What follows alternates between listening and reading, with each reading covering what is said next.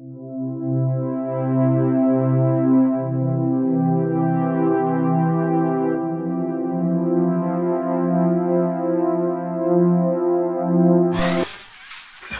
there everyone, it's Adrienne Lopez here, your Integrative Awareness Coach, and I wanted to stop in and tell you a little bit about the third A in my three-part integrative coaching model, which I created for my clients so they could have an easy way to access and remember the steps involved in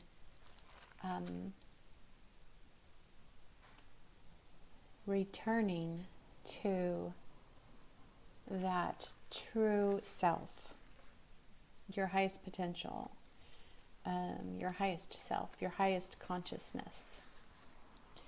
So I did one video on the first A, which was attune, and that video is called the abundance game. That's the one I did on the abundance game, how to attune to the vibration and frequency of your best life. And I created the abundance game out of that first A. And then the second video, which I think is called Awakening, was on the second A, which was Align. And today I wanted to do the third A, which is Ascend. And I wanted to talk to you a little bit about that. So, these like tripart series come together. They work together. They're not like linear steps. And so they're a feedback system that you can use to create what I'm talking about in my 11-week meditation series that starts this Sunday, June the 7th at 12 o'clock. It will be posted here on YouTube and also my Mindheart's Facebook page, where you can watch it at 12 p.m. Or, of course, you can watch it, at your own convenience. But it's going to be 11 weeks of portable meditation practices that you can use to help you create what I'm calling is your temple or your vessel. I like the metaphor, the story of Noah's Ark, because when the storm came, God instructed Noah to bring all of the animals 2 by 2 and build his ark. And we find ourselves in a similar situation right now, and this is the metaphoric storm of a rebirthing of a new world. And it's going to be chaotic because anytime things are breaking down, what appears on the surface is chaos, but really what's happening is those systems have to break down in order for a reorganization, a repatterning to emerge. So if we're looking just on the surface, it can be very scary for people. But if we're going to ride the storm and stay anchored and grounded through the process, because many people are getting wound up emotionally, are getting stuck in despair. So despair is a really hopeless emotion. Like when you're there, it keeps people stuck and inactive. And so this is what's happening is like nothing we've seen before, because this is a new world that's being birthed. And in order to make this transition, we're going to have to create a vessel that can make the journey. And I'm talking about our mental, our emotional, our psychological temple. And so that's what the 3 A's come out of. And as I mentioned today, I'm talking about ascending. So what does it mean to ascend? And how is that related to the two other A's? So what's happening is when we begin to attune to the vibration of our true self, or our higher self, or our higher consciousness, this is outside of the realm of the intellect or the mind. So this is this masculine, and I don't mean like biologically male. I mean, it's a masculine energy of how action is taken out into the world, in how energy is shaped into structures. So that's what I mean by masculine. So what's happening is, or what has happened, is that this masculine container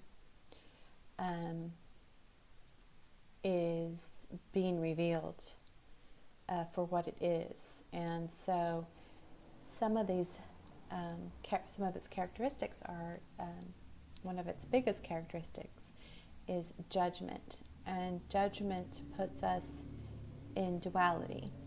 And while judgment is important, to make decisions and discern matters of the material world, it's not very effective when it comes to relating to ourselves. So recently, I've been doing tons of release work, and it's just been coming up.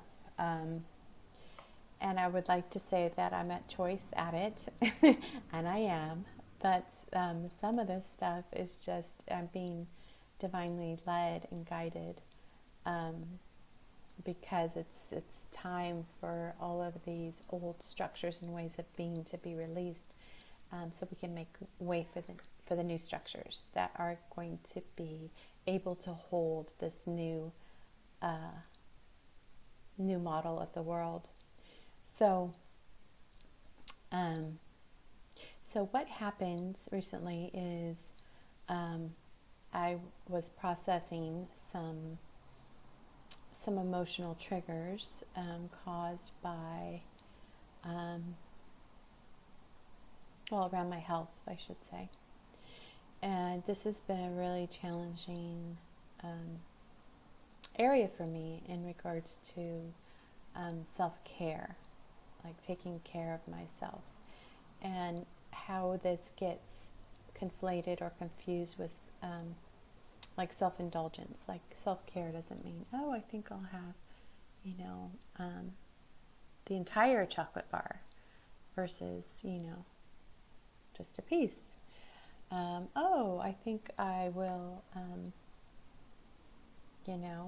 eat the whole dish of pasta, or I'm not going to get up to do my yoga today because I deserve to sleep in because I'm tired.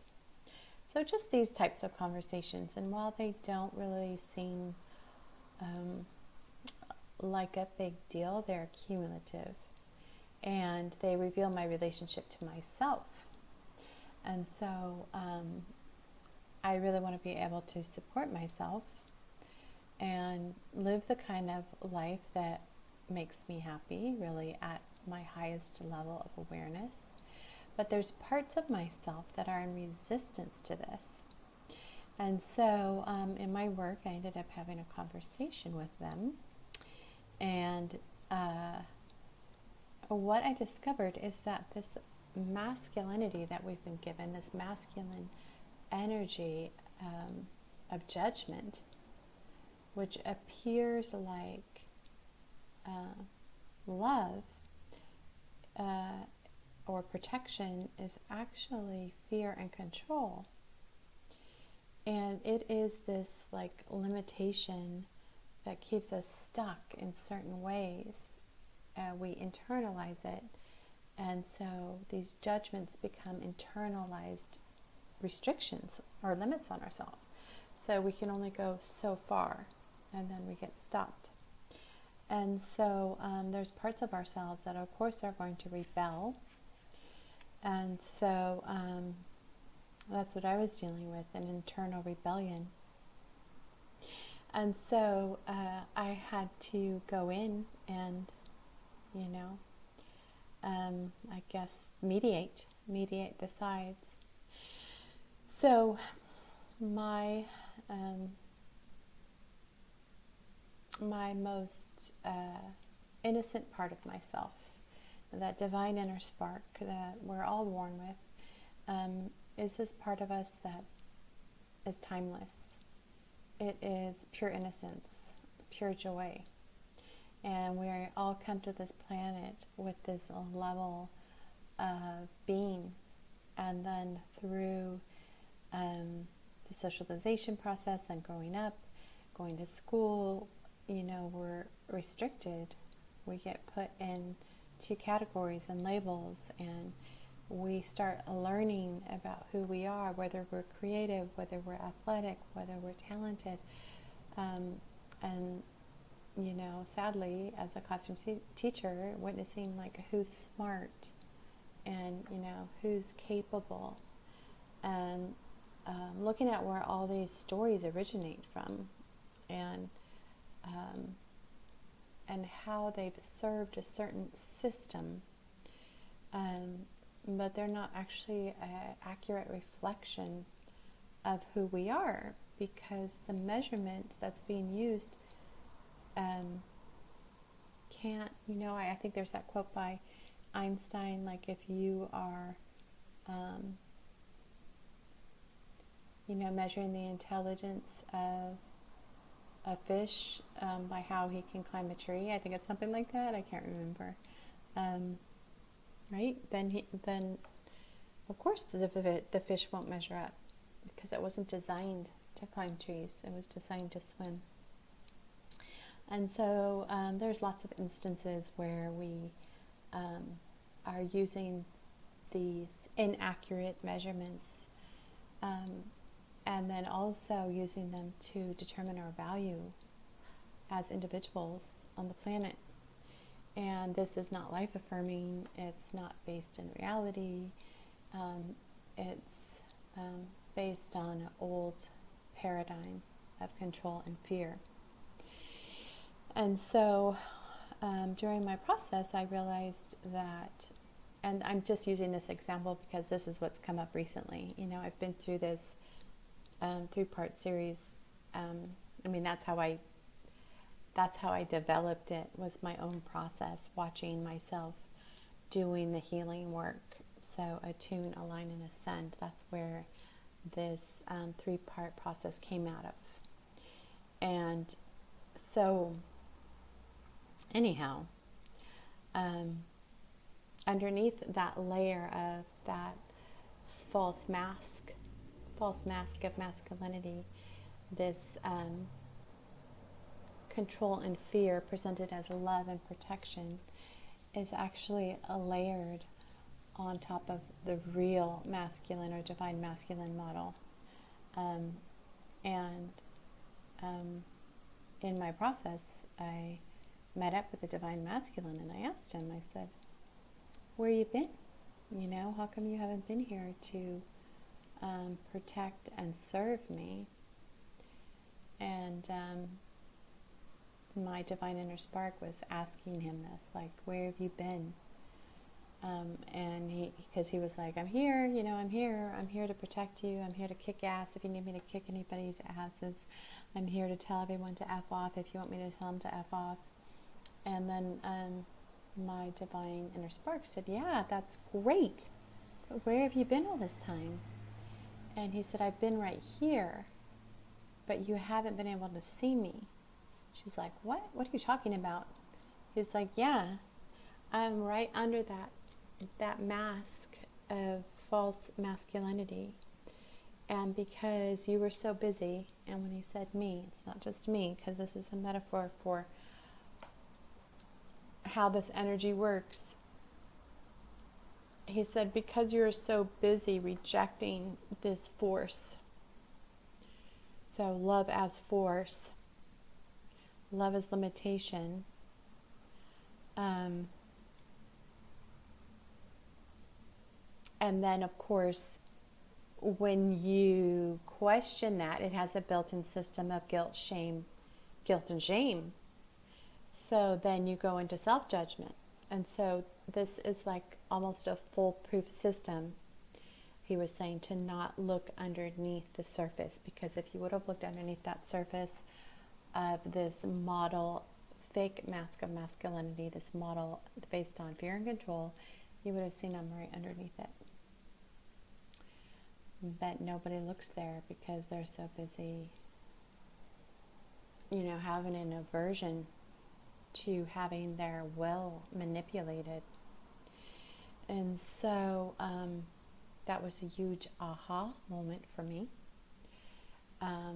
because, this inner divine spark was totally infuriated and angry. And she showed to me the process of acculturation in which her will had been shut down over and over and over again until she just began to acquiesce. And it was a sort of death. Like there's parts of me that have been dead for so long that I didn't even miss them. You know what I mean? And I have to be honest, I've been doing self-development, self-growth for over 20 years. And it's not until the past 3 years that the depth of this work has really begun to emerge for me. Like those parts that were put to rest, immobilized in my nervous system, didn't want to be found because there's a lot of pain wrapped around that death, grief that was never mourned. And so, there's tons of childhood grief that's not recognized, not processed. And it reminded me of that video of that girl in the toy store. I don't know if you've seen it, but she goes on this rant about girls and boys' toys and why girls' toys are marketed in pink, and while boys' toys are marketed to boys through blue, and how from a very young age we're told what to like and how to like it and how to play. And so for me there was just this huge release of sadness and grief, and that child's play isn't even free from these restrictions, and there's just this huge rebellion against that internally that I wasn't conscious of. And as Carl Jung said, whatever's unconscious comes to us out in the world, and we call it fate. And so this is happening on a mass global level. And so, as I said in my other video today, which was the introduction to the 11-week meditation series called Creating Your Temple, which I invited everyone to join me starting this Sunday, June the 7th. Why was I telling you this? There was a reason. I can't remember now. But anyhow, I got distracted. I guess what I was going to say is that this whole meditation series came out of the idea that this space that we inhabit, this matrix of the self, which I call the mind-heart space, is having to be cleared, and this is a revolution of inner space. This is the last frontier. This is the revolution / evolution of the internal journey, to the inner travelers. And so, ironically or not, I took this whole year off to travel around the world and, find the truth, the capital T, truth, and to heal and to uncover the spiritual wisdom of the sages, which I've been, on the trail of my entire adult life, studying, doing my master's degree in the history of world philosophy, and studying all the world religions, and completing my yoga teacher training, and all the healing work that I've done, all the training in hypnotherapy and energy healing. And so on my journey around the world, which got canceled because of this COVID-19, was very revealing, because I realized this journey that I was going on in the outside world it was beautiful. It was gorgeous. I'm so blessed to have gone on it. Don't get me wrong. So thankful I went. I learned so much. I met so many wonderful people, and I saw so many beautiful things. And it took me out of my regular structures of thought and existence in order for me to get to the point where I realized, like, the real journey isn't around the world, it's inside. And sometimes the outer travel is just a metaphor for the journey within. There's tons of metaphors in literature and film about, being able to find your way through the labyrinth of the mind and the psyche, to recover that aspect of yourself that has been haunting you, or has been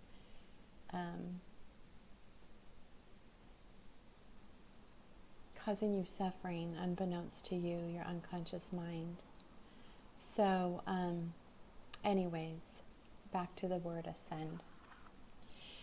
In order to accelerate this process of rising above these ego structures, these mental and emotional and the psychic container, is to be able to see it, acknowledge it, to bring the unconscious into the conscious, which is a part of aligning to the energy of your true self and attuning to that energy, and then being able to identify this self before it was written on, conditioned, and shaped, even down to the level of what colors you get to like as a girl or a boy, how you get to enjoy playing.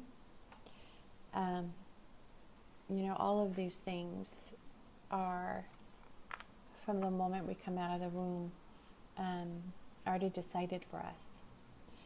And so this is the last part of coming home to the truth about who you are, which is not contained in this judgment, this false structure of masculinity that we've been living in.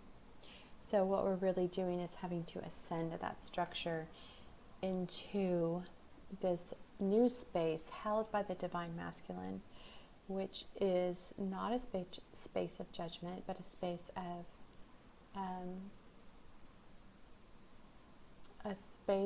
of protection, a space of being, allowance. It's a space of allowance of being. And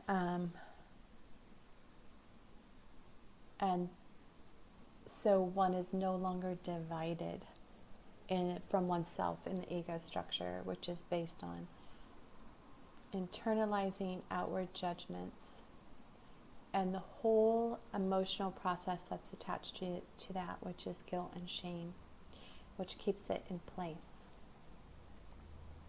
So anyhow, that's all I wanted to say. Well, there is one last thing. Just as a little side note, you can always tell if you are in this old structure that's been in place for thousands of years, but it's now, it's time to be shed, because we are evolving into a new state of being. And it's not new, it's actually our real state that we come to this planet with, that we end up having to slowly give away or we've had to function in this world. And so if you find yourself in a state of agitation or depression or despair or guilt or shame, then you know that you are in this old system. And so you don't even, you need to really think about it. Just like, oh, I'm feeling agitated. That means I'm in this old system of judgment. And sometimes it's like judging something out in the world. But actually, we're just judging ourselves. And this constant judginess is a symptom of being divided from yourself. And so there's nothing the matter with judging. Everyone judges. And I witnessed like this fear of being judged. And then I'm judging other people at the same time. And then I'm like, oh my gosh. And then I judge myself for judging. And then I go into shame and guilt, right? So the thing is why do people judge? Why do I judge? And we judge because we're afraid. We're trying to protect ourselves from life, which is impossible. You can't protect yourself from life. So this judgment is like trying to control the rate of change. It's trying to cover up our own anxiety, with the uncertainty of life, which is its nature. And so once you realize this, then you can start having like that relationship with the divine masculine of like compassion, like holding yourself with compassion. And like, oh, I realize that I'm judging. This means that I'm in fear. This means that I'm in lack. This means that I'm feeling anxious about my relationship to myself. And I'm anxious because in the past, I've been forced to give up my will under the guise of protection and safety. And I no longer need to do that anymore. All right, I hope that all made sense. Sending you lots of love. Thank you for joining me. I think I'll be, after Sunday, when I begin the first video in the 11-week series called Creating Your Temple, Calling Yourself Back Home. I'm going to do another video where I talk about all three parts together, because I did 3 separate videos. Also, I wanted to invite you to check out my new abundance game. It's free. You just log on and you have access to a 4-part series of creating an abundant life. And it's free. It is a method that I use to create the life that I'm living now. I wanted to know how many weeks of retreat time. I was a burnt out classroom teacher, and my most exciting delight in life was how many weeks of retreat time can I create for myself. So that's how this game got created. And after 3 years of playing it, it took me 2 years to finally leave my job and have a whole year of retreat time, which I'm still enjoying right now. Actually, June the 6th, it'll be my 1-year anniversary of leaving my job and starting my coaching business full time. And so it's been a blessing for me, and so I wanted to share it with you. One of my favorite quotes from the Bible is, I think it's John, and he says, John verse 10, Jesus says, I came to the world so that you may have life and you may have it abundantly. And that was the promise. And so a lot of times this is thought of as like on a material plane or a financial plane, and nothing's the matter with that, right? We all need to have a roof over our head. We all need, to be able to pay our bills, but we're talking about, an abundant life all the way down to the core of our being. What does that mean? Beyond, having our material needs met, because what people are truly hungry for, right, is that pure joy of waking up in the morning and feeling excited about their life and feeling exhilarated instead of weighed down by, the tragedy of what's occurring outside of their door. And so I invite you to come and play and see what you can create for yourself. All right. Please remember what a valuable treasure you are. Until next time, we'll see you. Bye for now.